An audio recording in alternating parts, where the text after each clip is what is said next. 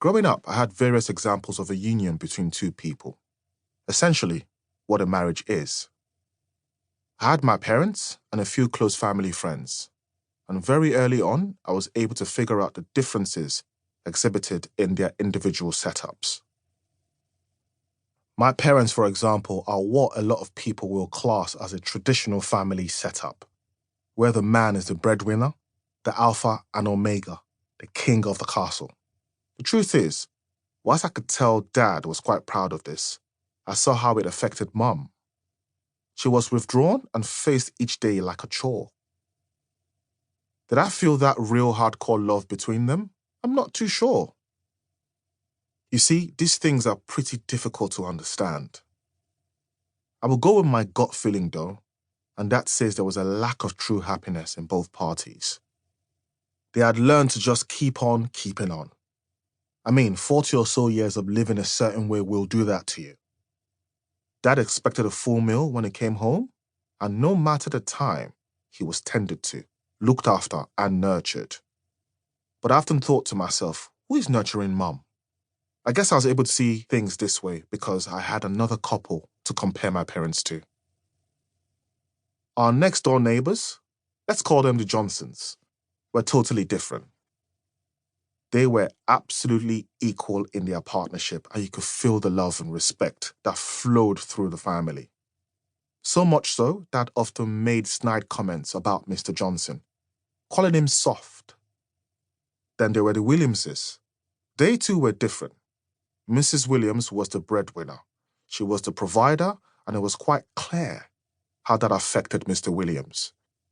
He was sometimes laughed at by his friends with jokes like, "We know who wears the trousers in your house," often thrown around. Even now, you will find Mr. Williams trying to assert that the very thing that made him a man was lost the moment his wife started to out-earn him.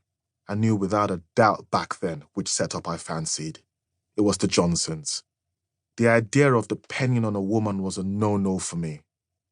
Growing up in a family like mine will do that to you. It will make you believe that the moment your significant other starts to out-earn you, you've lost everything. You are no longer able to make decisions. And the worst thing that could ever happen to a man from the society I grew up in is to answer to a woman. As it happens, while I've been writing this book, now a father to 3 kids, my family setup has become one that Dad would have totally frowned upon. I have left full-time employment to create something of my own, which means that for a certain period of time, my partner, my wife, Candice, will automatically become the breadwinner of our household while I find my feet. But I had a whole lot to learn before I reached this point. And this learning happened during the relationships I went on to have. I hate to be that guy. The one who acts up with one woman, then fixes up when with another. But in the spirit of honesty, I have to go there. You see, I was that guy during my first proper relationship. It was the relationship that gave me my first child, Renee. And my patriarchal beliefs were on full blast. I was my father's son, and there was no way on earth any woman was going to tell me what to do. After all, I am a man, therefore I am king of the castle. I felt my only duty was to provide financially, but even that became an issue when Renee's mother, Sam, started to earn a lot more than me.